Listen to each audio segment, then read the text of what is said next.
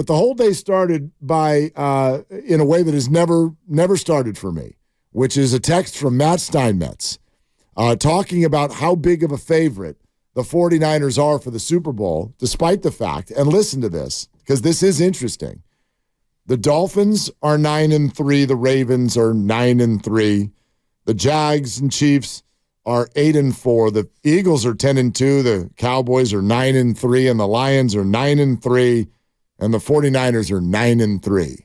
6 teams, 9-3 or better. So why do they stand out so much?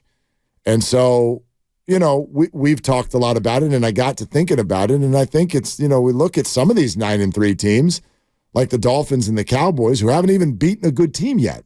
But here are the Niners over here, having faced a bunch of the people on that list. And when they play them, they embarrass them. They undress them. So I don't think all 9-3 teams are built the same. And this is, for me, starting to feel very much like watching the Kevin Durant Warriors. We acknowledge football is different, but the expectation level for me has sort of reached the same spot, which is to say if the 49ers stay healthy, they should beat all comers. They should beat them all. They should beat them all rather easily. They are that much better than these teams when at full strength. On both sides of the ball. Yes. Their offense is top 5. Their defense is top 3. Their special teams are more than serviceable. You have a good punter and a kicker who has turned out to be very reliable. He missed the one big kick he needed to make, and hopefully that doesn't rear its head down the road. But as you mentioned, you've been so much better than most teams that you've played. The 3-game losing streak aside, we can look at those 3 games in different ways, and they're losses. It's not to dismiss them. Yep. Cleveland had a game plan, and they physically were better.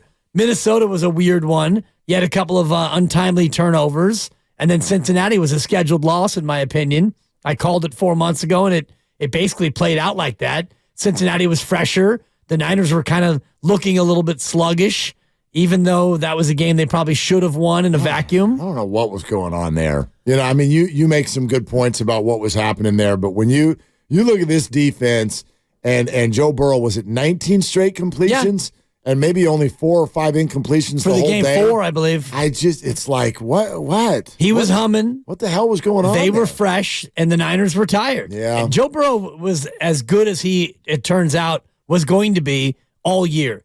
That was his peak that afternoon. It's a lot of good players, though, to all be ineffective at the same time on the Niner defense. Right. Just odd.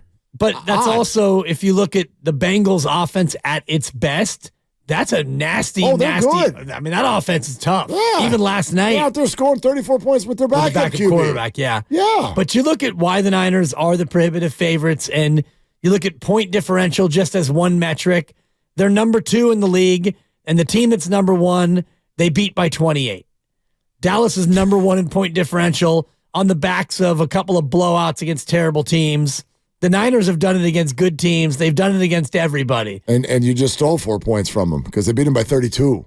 Oh, my fault. Yeah. 42 to 10. 40, I thought it was 42 to 14. Yeah. 42 to 10. Beat them by 32 points. And then 42 to 19 against Philly. Yep. And you look at Miami, who is 4th in point differential at 118. 50 of that came in the Denver win.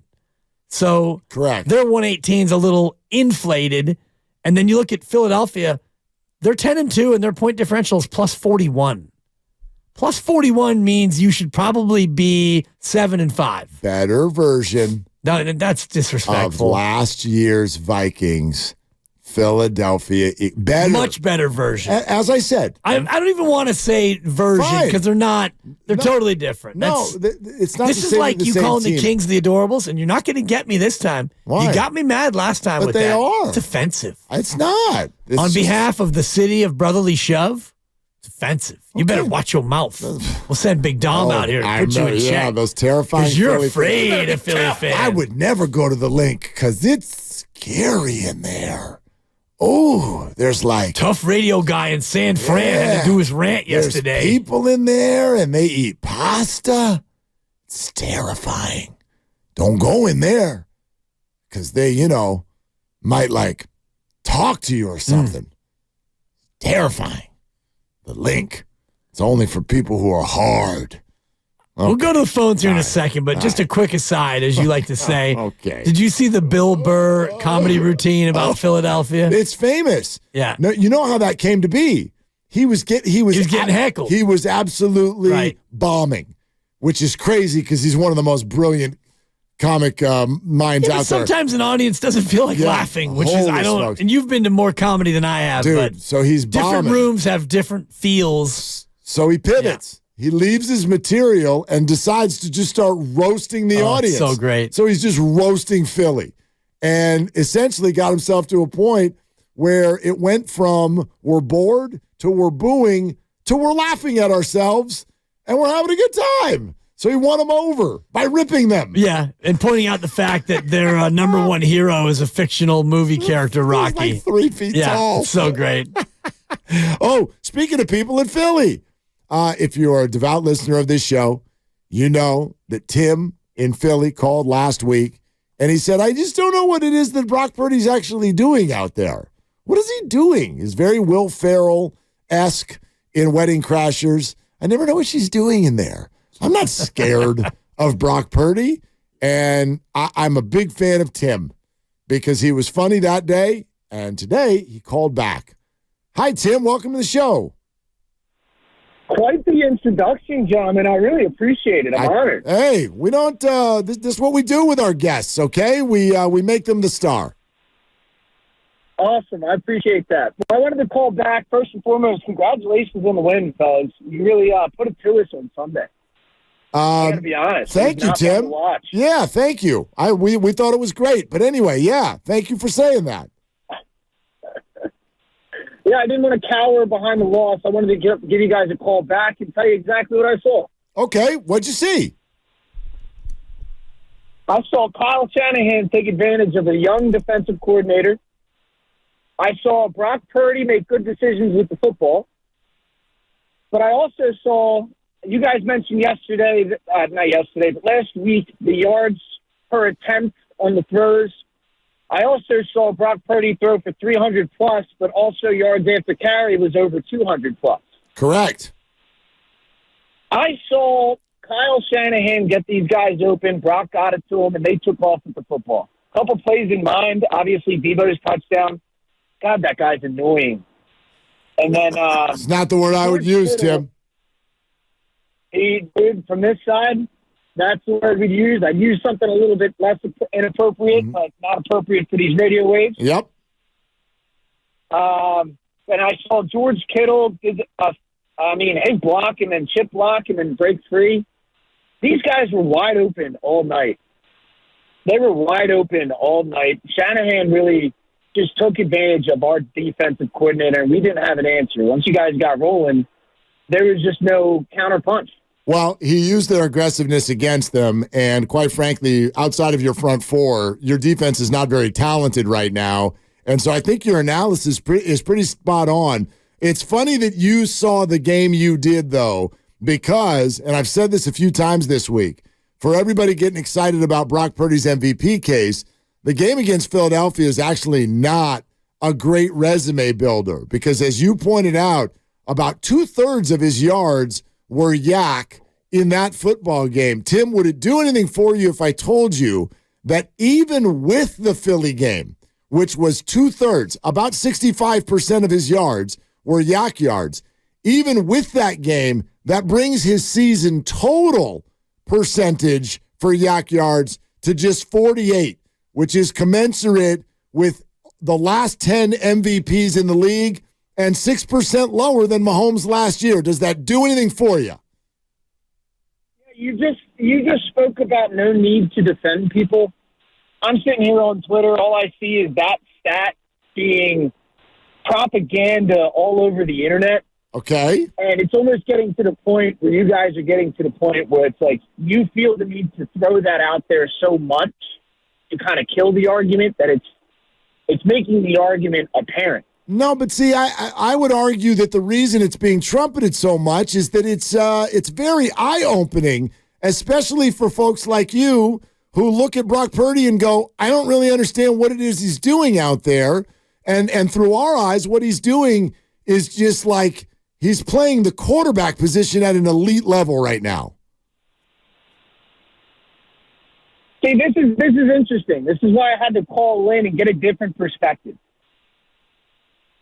This is interesting. Obviously, I don't watch every snap for you guys. I watch every snap for my guys. Yeah. And all those snaps for my guys this week were unfortunately pretty ugly. I just can't believe that you guys said you were going to be physical, and our guys just took it. Didn't even fight back. One thing I will say, though, is that that's not going to happen again. Our guys are going to be ready next time. I wouldn't bank on a 42-19 blowout next time you face us. We'll be ready. Yeah, no one would bank on that. I mean, that thing got away from you in a hurry. When you didn't get the touchdowns on the first two drives, the writing was kind of on the wall there. Killer. Hey, Tim. I have a question for you guys before I sign off here. You have a question, and then I have an offer. And I've got a follow-up question, Tim, but go ahead. All right. So I saw something in that game that I have never seen in my 15 years of following football actively. I saw for the first time ever an offsides penalty called, flag thrown after the completion of a play. Have you ever seen that? Yeah. I mean, it's hard to say, Tim, because when we're watching on TV, you know, like a lot of times, all you see is the play, and then all of a sudden it's like, hold on, you know, there's a flag. Like, but I mean, in general, have we seen late flags before? Sure, absolutely. I know the play you're referring to. Penalty, You're referring to the play that led to the Ayuk touchdown. Exactly, and Ayuk was wide open. You do know that the rest of the country thinks that you've been getting away with murder with the refs all year, don't you? Yeah, I see that nonsense too. I'm not blaming the refs.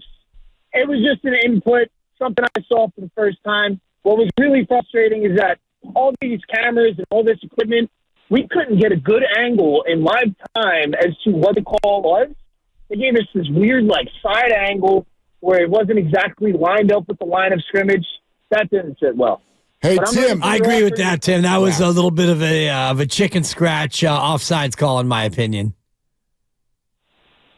Very different. Very weird. Yeah, Tim, if somebody was coming to Philly and you wanted to offer them like a food product that you really think is like the signature of the city, I mean, obviously the cheesesteak, but something not perishable, what would it be? So you're just going to eliminate cheesesteaks? Because it would be Delisandro's cheesesteaks over in Roxborough. No, I've been there, actually. But Tim, I want something that you could put in the mail. Something that I can put in the mail? Yeah. What do you want, ramen? Here's what I want to do, Tim. Here's what I want to do. I want to send you some of the best San Francisco Ghirardelli chocolate. If that rematch between the Eagles and Niners even happens. But what are you sending me if it doesn't?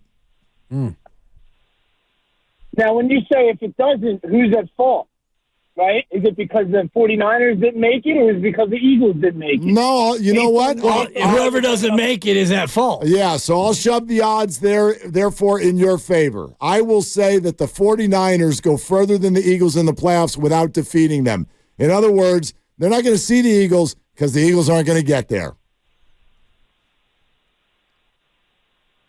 Stock's Bakery has some great pound cake. Then start pounding the pavement right now and go get some because you're going to need it, Tim. Tim, thank you. Like, awesome call. Seriously. Great call back, Tim. Yeah, thank you for hopping on the show. Hey, I appreciate you guys for having me. As long as this rivalry keeps going, I'll be calling back in. I appreciate it. I love it. We'll talk next year then. Can't wait. Can't wait. Thanks, Tim. I like some pound cake. Woo, sure. wee. Yeah, break me off a slice of that. A little something. Yeah, it's exciting. Okay. I like it. So now you got some skin in the game for your bold prediction because it is a bold prediction. And you made it. You made the prediction last week. Yep. I give you your credit. I'm going to give you your flowers. Thank you. Even though you don't like it when I give you flowers. You don't like to get flowers. No, you know what? My daughter likes fresh flowers in her room every single week. Sometimes she takes two. But I could use some flowers. Do you get her flowers every week or two? I do. That's awesome. I do. It's an activity that we go do together. She'll come out like Are you kidding me? No joke. Like this is Sunday night. You're after teaching me how to be a girl dad, and yeah. These are things I need to know as my baby girl who's 15 months old when they gets to be older. When they get to the age she's at now, she's 14. Anything that we could go do together, the answer is yes. Anything, because they don't want to go. Right? She doesn't want to be seen with dad. Right. Half the time we go places, she's looking at the clock because she's just like, clock. Yeah. Is anybody else going to be there? Because totally. if anybody else is going to be there, I don't want to be there. But yeah, a lot of times. Clock. Thank you. It's actually what I say. Live audio from his daughter. It's what I say to her when she asks, because I'm like, we got to put you to bed. Clock. So no, she'll come out a lot after the show on Sunday night. Can we go get flowers? Can we go to Safeway and get some flowers? Yeah, we can. Can you pick out the not $30 ones? No chance. And she's like, yeah, Dad. No. It's going to be a no from me, Dad. She'll say yes. And then we get to the store. And she'll like, but I really like these. That's awesome. And so, yeah. Anyway, I was about to give you your flowers. So I could use them for my daughter's room is the reason I brought it up. Well, go ahead. You're going to have to record this and give it to her. I don't think that they're going to smell the way she wants them to smell. But you were right last week.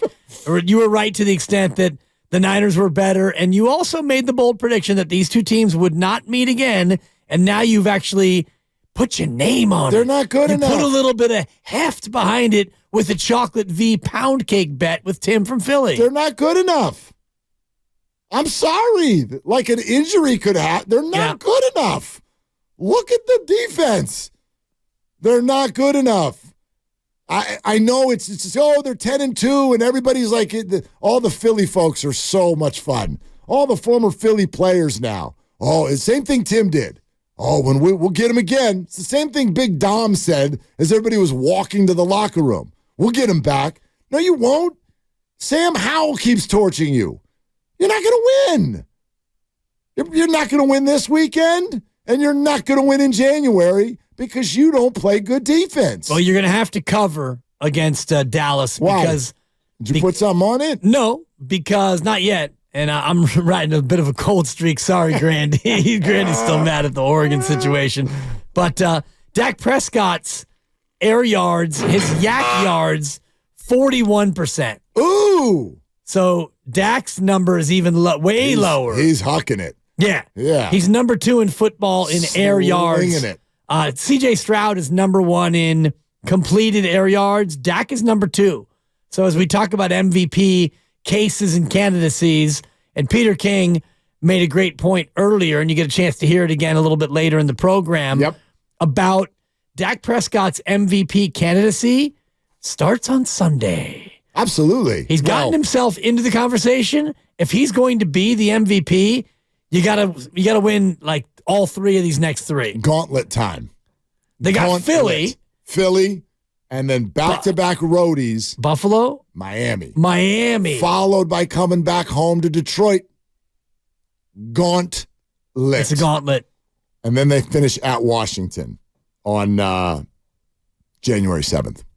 Yeah. So Brock Purdy, 8th in football in air yards. Completed air yards. That's pretty good. Yeah, it's pretty good for a dink and dunker. Absolutely. Dink and dunker who just is out there doing what Kyle Shanahan wants him to. I'm surprised that his nickname's not Joystick. Yeah. It's not like he's out there doing anything. And he's 2nd in completed air yards per completion. Right. Which means when he throws it, he does air it out. Yeah. When he completes Throws the ball downfield. Can't really argue. And completes otherwise. it, too. Yeah, like just again. And I like, Tim's like, I don't see all the games. And we don't see, I mean, some of us do, we don't see every play that Jalen Hurts does. I mean, Jalen Hurts is fantastic. I said it yesterday. Look, you want to know why the Eagles are 10-2? Is because Jalen Hurts and A.J. Brown are insane. But the rest what I call Jalen Hurts? The rest of the team, not that good. Jalen Hurts has a new nickname for me. What is it? Rubik's Cube. Okay. He got solved. Did he? I'm walking that off. You can't give me a 2. No, walk it off.